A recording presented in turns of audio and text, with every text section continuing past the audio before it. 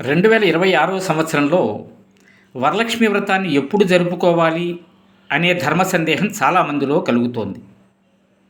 పరమేశ్వరుడు పార్వతీదేవికి తెలియజేస్తూ శ్రావణ మాసంలో పౌర్ణమి తిథి ముందు వచ్చే శుక్రవారం రోజున వరలక్ష్మి వ్రతాన్ని జరుపుకోవాలి అని తెలియజేశారు.